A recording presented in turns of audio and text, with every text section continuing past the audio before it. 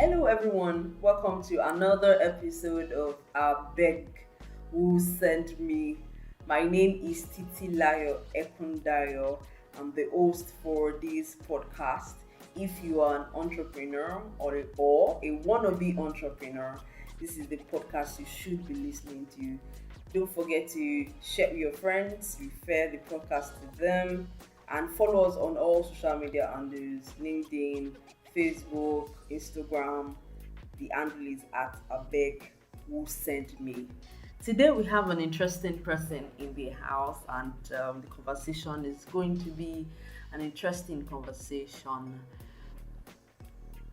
We have Tobi Delly. Tobi Delly is the founder of Tobi Delly International, a personal finance and investment consulting firm.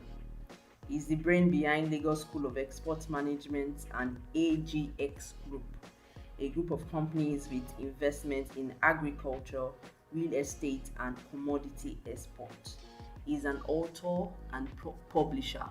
His latest book, among so many, is A to Z of exporting in Nigeria. I'm sure you find that book very, very useful. And should you need a copy, on the podcast description, we would drop Mr. Tobi Delly's handles, or you can WhatsApp this number 09058681595. We'll still mention this during the course of the podcast. You're welcome to the podcast, Mr. Tobi Delly. Thank you very much. Yes, it's good to have you today. Hope you're having a beautiful morning. Yes, thank you. Okay. So today we are going to be talking about exporting, with focus on, so far as your forte. I've always been, especially for me, I've always been interested in knowing, because okay, I'm in the food business also, in knowing, okay, so how do I even scale, especially in Nigeria today, where a lot of my friends are, or a lot of people I know are moving out in drones, and they're saying, come and open fresh start in London, come and open fresh start in Canada, or I need your soup, send your cooked soup to me. I was like, oh, okay, how does it work? So I'm sure a lot of people have questions as regards exportation, because who doesn't want to earn in dollars or in foreign currency? Exactly. So my first question would be, what's even the basic? So I would like to know, what was the basic requirement? So for example, I know that in order to do some operations, I have to have my CAC document, I have to have a registered bank account, all of that. So what was even the, you've written A to Z, so can you just take us through A to, the fundamentals? Okay. Yes, looking at it from the perspective of someone that wants to export products. Yes, please, you have the floor. Well, thank you very much, Titi. Thing about exporting is that it's a market that everyone in Nigeria should actually be interested in. It's a business, it's an opportunity that has been there since right from time, because just like we all know, Nigerians and Africans, they keep on traveling out of their respective countries. They keep on living in diaspora. There are several people who are moving out of the country every now and then. And currently, I stand to be corrected. The population of Nigerians in diaspora is about 1.3, 1.5 million Nigerians that are living in diaspora. Is the number no more than that? Because how people are living in their drones, it's really like the whole of Nigeria have gone. That's even just the let me say published statistics. Oh, okay. That is out there. Okay. So Okay. of course there will be more than that. And when you look at also according to World Bank, the amount of remittance that came into the country, that is being remitted back to Nigeria from these Nigerians in diaspora, the latest one I saw was around $18 billion, which it's usually more than that previous to that time. So if you look at that amount, on the average, one Nigeria is remitting about 30,000 plus dollars back to Nigeria, back to the country, and a percentage of this goes into food stuff, goes into food products, food items, wares, traditional wares, whatever that they need from Nigeria, or from maybe any part of African country that they actually left to reside overseas. So now, when it comes to, if you look at what's happening on social media, lots of these Nigerians or Africans out there, they do a lot of party. There's a lot of Owambe parties around. Yes, Nigerians in Canada, in Australia, in the UK. You see them partying a lot. You'll be wondering Yes, that are these Nigerian, people in Nigeria? Yoruba, yes, and you'll be wondering that someone. So if you have a keen eye for food stuff exporting, you'll be looking at it that who is supplying them this food they are actually eating. Because like my friends in the US, for instance, in New York, every weekend, most weekends they are partying. And when they are partying, you see eba, you see inyon, you see fufu, you see different meats assorted and all that. And you'll be wondering who is supplying them their outfits, who is supplying them the traditional wares. So the market and the opportunity is there for everyone to actually tap into. Just that, because we wake up in the middle of all these and we don't really take it serious, or we don't really see value in it. Like if you are living in Ondo State, my hometown is in Ondo State, and I know that a lot of guys that live there, they see this red oil every day. They see where they are making red oil. They don't really see much value in terms of foreign exchange into it, because they see it every day. So it doesn't, but I have clients in Georgia, clients in Malaysia, that they buy red oil from Nigeria, and I'm talking of in large volume, in large quantity. So there are several people like that in the US, in Dubai, in different countries, communities where Nigerians have grown. They've grown to a large extent that they need to buy food from home. They need to have a feel of the home they actually left years ago. Like my client in Malaysia, for instance, he buys everything from Nigeria because she's always saying it's cheaper for her to import from Nigeria than actually to buy from there. Even household items, kitchen items and all that. Wow. She buys everything from here. So now, if you now ask, like the question you asked me about the basics, about maybe you need a license, a certificate and all that, it's you don't really, there are two aspects. There is mini exporting. So like I said that I wrote a book, A to Z of mini exporting. So there's mini exporting. The mini exporting also focuses on foodstuff exporting. So when you are into mini exporting or foodstuff exporting, you don't need a lot of registration. In fact, if you are not registered with the CAC, it's fine. You can still do the business. If you don't have a corporate bank account, you can still do the business. So when it comes to foodstuff exporting and mini exporting, all you just need is your internet and a smartphone, a very good phone that you can use to market, to make sale, to advertise on maybe Instagram, LinkedIn, Facebook, Twitter and all that you can use to communicate with your friends abroad through WhatsApp, Telegram, and let them know that you can export, or you can send, you can package this product to them. And mini exporting is is something that is very good for young graduates or even undergraduates. Some of my students, they were undergraduates when they started exporting food stuff. And some of them, now that they've graduated, they are into the business full time. That's what they do full time. So now we have the containerized export. That's the big time export, where you use containers to load commodities, agro commodities, metals, forest products, and different kind of commodities like that.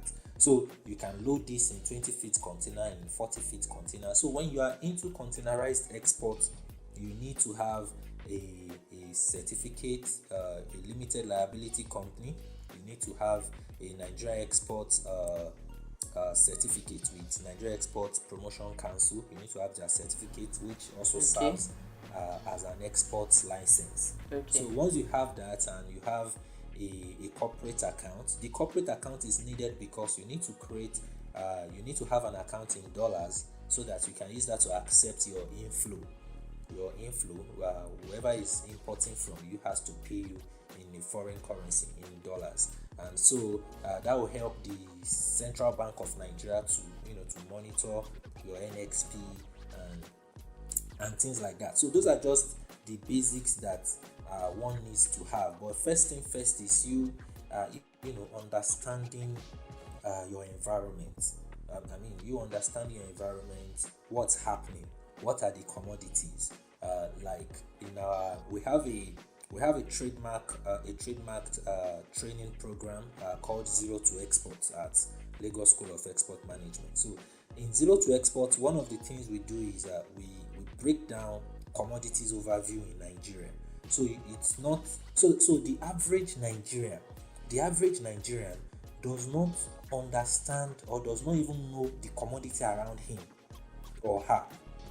And if you look at what's actually happening around in Nigeria currently, the foreign guys are the ones coming in and mining. They are mining our metals. They are the ones coming and doing things. Why Nigerians are just there? They are just looking. They don't even understand what's happening. So a lot of time you see containers moving, you see trucks moving.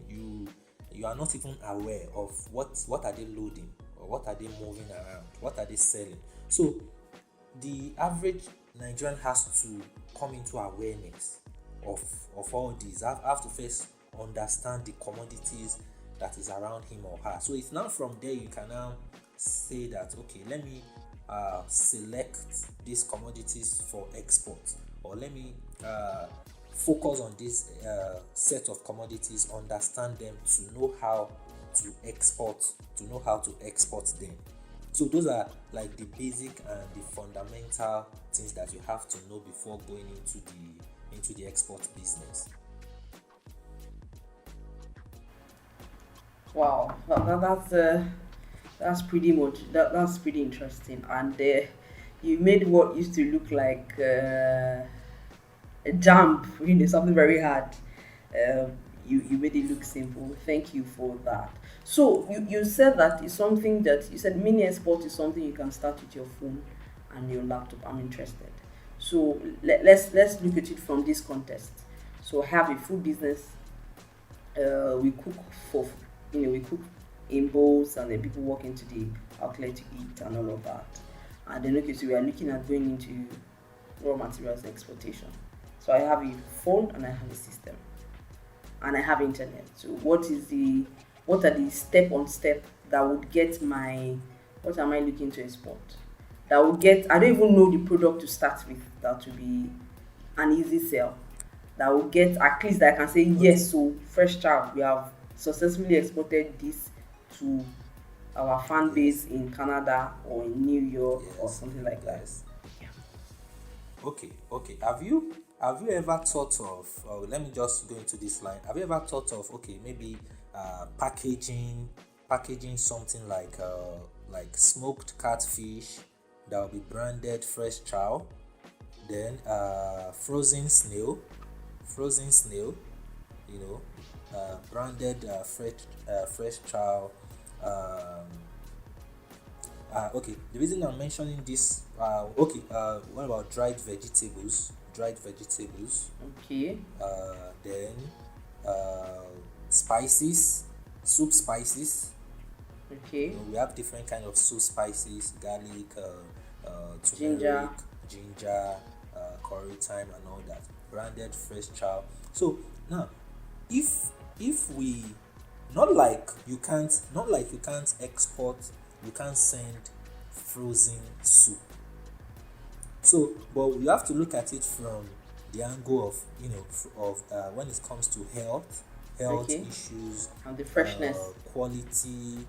yes, of the freshness. So by the time it lands there or it gets there, so let's even say it's frozen. It's frozen and it's not like maybe anything happens to it along the line. Everything was perfect by the time it got there. So by the time it gets there, the customer might not even allow it in, because Okay. sometimes some custom agents might not even look through the book. They might just look at a product and they don't feel good about it, and because of that they'll just drop it. You understand? So now, but if you look at it that okay, you want to start exporting the materials you use to make your soup here. So people who have bought like products from Fresh Chow before while living in Nigeria but are now in Canada, in the US, they can actually buy the materials or the raw materials you use to make those products from you, and also to prepare something like that over there. So if you can tell them that, oh, you have dried snail, oven dried snail or sun dried snail, you have smoked catfish, you have frozen snail, and you can, like, Canada accepts frozen snail, for instance, and some of these products or items too, sometimes, because of custom policies and all that, some countries they will accept, some they won't accept. Some, like the UK for instance, they might be accepting smoked catfish today. By tomorrow they might tell you that they are no longer accepting smoked catfish. So in that area, you just need to know which custom is accepting what at a particular time. Okay, So, Mr. Delly. Okay. dried Sorry. vegetables, spices. Okay. Okay. So let's assume that I'm looking at snail now, fried snail or oven dried snail. Let's assume that I've picked that product. Okay. What is the first step in ensuring that it Okay. gets to Canada or to UK? Yeah. Okay. So now, when you select, now that you've selected dried snail,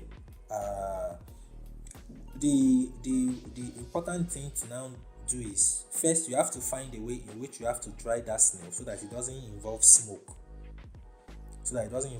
Smoke is one of the things that they really don't want to do it, because they believe it's cancerous, or maybe it has cancer, something like that. So once you're able to dry, let's say sun dried, now the next thing is for you to get your buyers, the people that will buy from you. So which is like the most the complex thing about exporting to a lot of people. So once you have this dry snail that you've selected, what you have to now do, you have someone who is buying from you. The person said, okay, send me 5 kilogram, send me 10 kilogram, send me 20 kilogram. Now you have two ways to package this dried snail. You can either do a fine packaging, a measured, a kind of product, like, okay, one I have, this is just 50 grams, so I packed it in 50 grams snail, like a finished product. And you might not go that line, you might just put everything into one sack or one big bag weighing 20 kilograms, just one. So what you do next is you take it to air handlers, to air cargo handlers. So there are different air freight logistics agents around. Even at the airport, even if you go to the airport, you will see them putting on this green top on their clothes and all that. They will even be the one calling you if you have something you want to send. So there are several logistics companies that what they do is air freight handling. So, and you can go there your own self if you feel like, oh, I don't want to give this to any agent. So you can go to NACO. NACO means National Air Handling Company, PLC. It's also at the airport. SACO is also at the airport. They have an office there too at the airport. So once you get to their office, you take your product in that you want to send. They are the aggregators. They collect different products from different people. So they will do the weighing there. You weigh it. They will give you the quote per kilogram. So maybe their quote is let's say 2,000 naira per kilogram. So you do your multiplication and look, okay, 2,000 naira multiplied by 50. You know how much you are paying them. So you pay them. They will pack it. They will pack it in another carton. They will seal it. They will put it among maybe a consignment that is going to be loaded maybe on that day or the next day, or whenever the flight that is going to go to to the airport destination, to the destination of where your buyer is. So that's the reason why I said for that you don't really need a lot of certification or license. So once it gets there, you drop it there, you make your payment, and you track the item, you track your product to know where it is per time. So once you do that, your client over there, once it lands, they are going to, because you already drop your detail, the detail of your client over there, the phone number, the email, the address. If the person is coming to take it at the airport, or maybe you want an agent to clear it and take it to his house, a doorstep delivery, all this is also available. So once you drop that, your client is contacted, he comes to collect or clear his the product. So that's just a simple way to get that done. So there's nothing complex about it. It's very straightforward. Wow, this is looking this is looking it's looking simpler than I've ever thought that it would be. Okay, so I think the question is, are there certain requirements as to, okay, let's say the snail, must it be a certain type? You mentioned that they like to avoid smoke because carbon monoxide and all of that. But are there other Yes, exactly. regulations, maybe as regards what's the name now? The food that one should be, because okay, so if I just oven dry the snail, must it be oven dry to a certain percentage? Does it have all those mini, or I could just pack my egusi in whichever, and then take it to Nako or Okay, something, so and then it like goes. when you want to when you want to send something out like that, sometimes there used to be logistics errors, logistics flaws, and maybe a product that is supposed to be delivered within 72 hours is now taking 2 weeks, is now taking 3 weeks for it to be delivered. So whenever you are packaging your food, your whatever product it is, you have to have it at the back of your mind that it has to be something that can last at least a month or 2 months. Like catfish, if you are smoking catfish for export, even though you can get there in 3 days, you have to make sure it's dried to the extent that, let's say it's in that consignment for a month, it can't spoil. So it won't have any moisture at all. Same thing with snail, except if it's frozen snail you are actually sending out, because it is frozen, it costs extra. So if it's dried, you just have to make sure that it's dried in a way that because once the custom who is going to open it over there sees any sign of maybe mucus, maybe there is a sign that it's spoiled or it's smelling, that kind of deal, it's likely they'll just burn the entire consignment. They'll just burn it once they notice there's something that is not acceptable.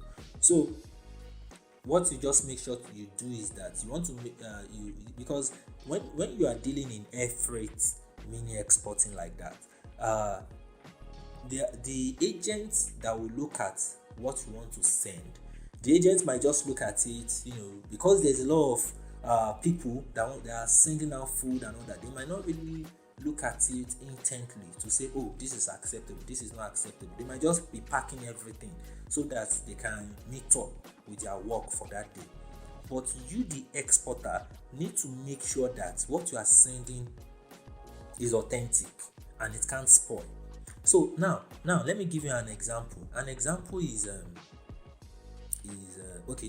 sea freight. Sea freight takes about 2 months, 3 months, 1 month before getting to the port of destination.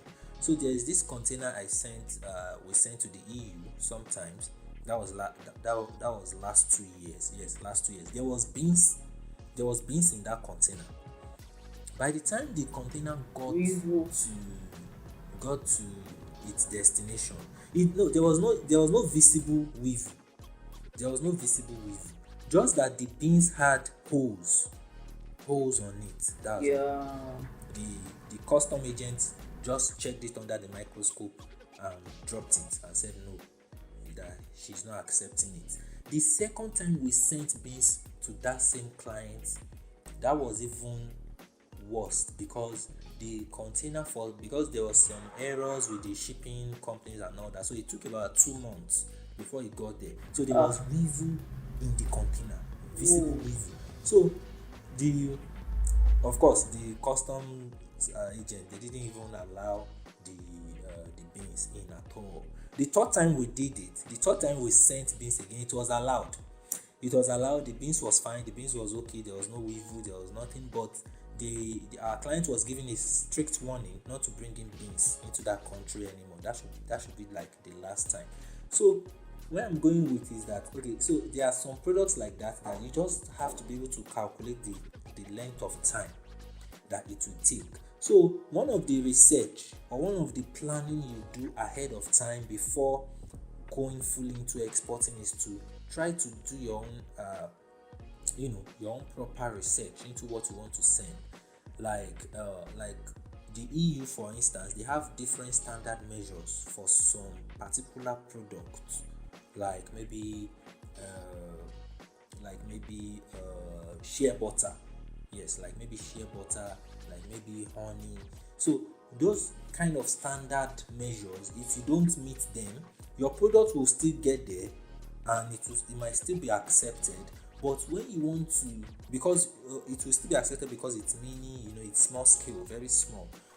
But when you are looking at large volume, large scale, that's when you can't hide from the regulators.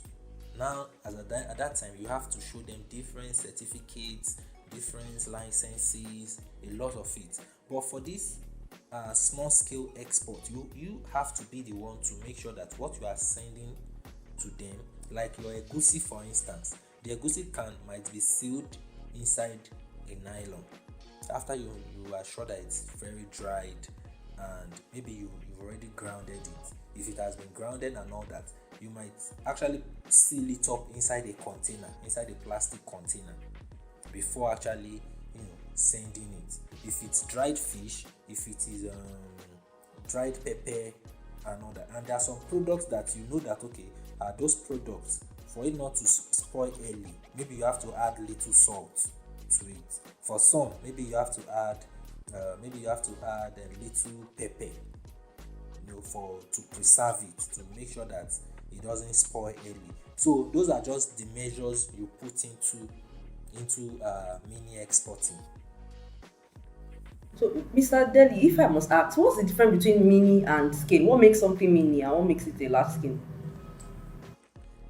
What makes something mini is, okay, let's say this dried snail, for instance, there's a buyer that wants to buy 5 kilogram, a buyer wants to buy 10 kilogram, a buyer wants to buy 20 kilogram, 50 kilogram, 100 kilogram, 500 kilogram, even 1 ton or 2 tons of dried snail. Those are still mini exporting because you can't put those on sea freight. Well, you can use sea freight if it's a groupage, like a different group of different set of people, like maybe 10 people are paying to use one container, 10 or more people or 5 or more people are paying to use one container to ship some set of products to a destination. So, but if individually, just yourself alone, you can't make use of a container for something that is 500 kilogram. So you might use air freight. So if you are using air freight, it's a mini exporting thing because it's small. So, but if you look at a 20-feet container can contain up to 20 tons of product, 15 to 20 tons of product. So, which means that for you to fill up that 20-feet container, you need like 15 tons. For you to fill up a 40-feet container, you need like 30 tons. So that's the difference when you compare it with 5 kilogram, 10 kilogram, 50 kilogram. Okay, wow. Thank you.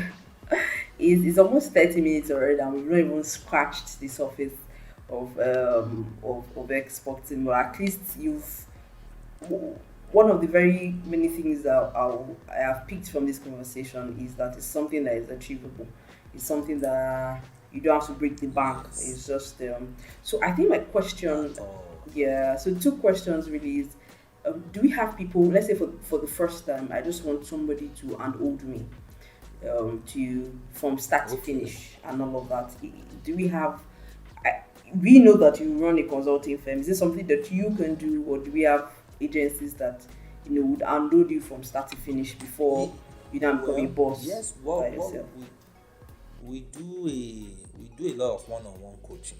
Okay, that's good to know.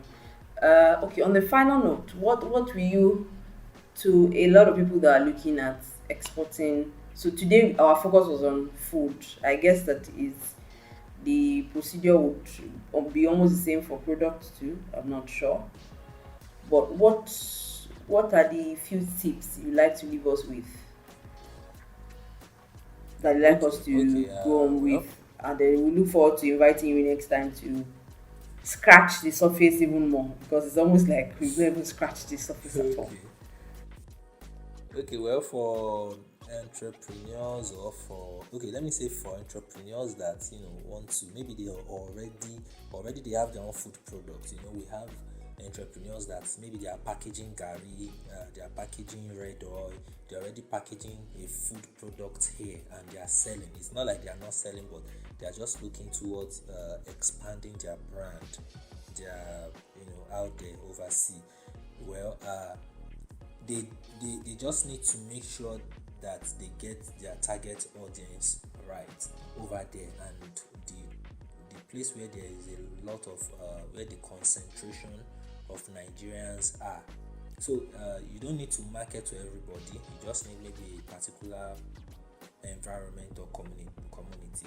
So it might be the US, it might be the UK, it might be Canada, it might be Australia, it might be China, it might be Japan, it might be India, it might be Dubai, Qatar, Kuwait, all these countries. Nigerians are there, even in Africa, like Kenya, like South Africa, like Egypt, like there are Nigerians everywhere, and they will always bound, or they will always come together to eat and all that. So you just need to target one of these community, hold it, storm it with different marketing tactics. Once you get your first order or your first request, from there they are going to start referring you, and that's how you just see that you're exporting, and you have a lot of orders on your hand. And for the young undergraduates out there too, I can say the opportunity in foodstuff exporting is very wide. It's a multi-billion-dollar industry. It's a multi-billion-dollar industry because day in day out, even if you go to the passport, if you go to passport office right now, if you go there by 6 a.m. as early as 5:30 a.m. I've been there by 6 a.m. before, so I know the crowd there is a lot, and that's just because everybody wants to travel out. So it means that a lot of Nigerians are going out. They are still going out every day, every day, every day. People are moving out of the country, and these people they want to taste jollof rice. They want to taste eba. They want to taste utazi stew. They want to eat all these oporoko fish later on, even if not now. So that time that they will need all those products, there was a time there was this news. This guy was searching for gari in Dubai. He was putting it on social media everywhere. Please, where can I get gari? Where can I get gari? So even as far as Manchester, there were some supermarkets there was this supermarket in Manchester. A friend sent the pictures to me. The gari they were selling there is one Igbo guy that is making the gari, and he's selling it at that supermarket in Manchester. And it's even Ijebu gari. Yeah, he wrote his name in Igbo on it, and he wrote Ijebu gari underneath it. So this is even an Igbo guy. So you have different opportunities like that. So you just have to position yourself now to let people know that this is what you can do, and this is what if they need the product, if they need anything, they can come reach out to you, and you package something quality and send and ship to them. So that's just it. All right. Thank you very much, Mr. Delly. Thank you for a good and succinct introduction into exportation. We're looking forward to bringing you some other time where we can have a more in-depth discussion. But for those that want to really get onto this really, really fast, you can get Mr. Tobi Delly's book on mini exporting. The number to call, it will be in the podcast description, so you can copy the number from there. This is the best business to be right now, as an entrepreneur, because Nigerians are living in their dreams and people want to have a taste of home wherever they are. So it's to get into the export business and to understand it well and do it well is a cash cow. It's a cash cow for you as an entrepreneur and even for the country, foreign exchange, FDI. Yes. So thank you very much, Mr. Delly. It's good to have you. Do you? Yes, sir. Yes, you're most welcome. You're welcome. All right, people, don't forget to follow, check out Mr. Tobi Delly on LinkedIn. Reach out if you want to get the copy of the book. And don't forget to follow at Abegwhosendme on Instagram, LinkedIn, and Facebook. Do enjoy the rest of your time.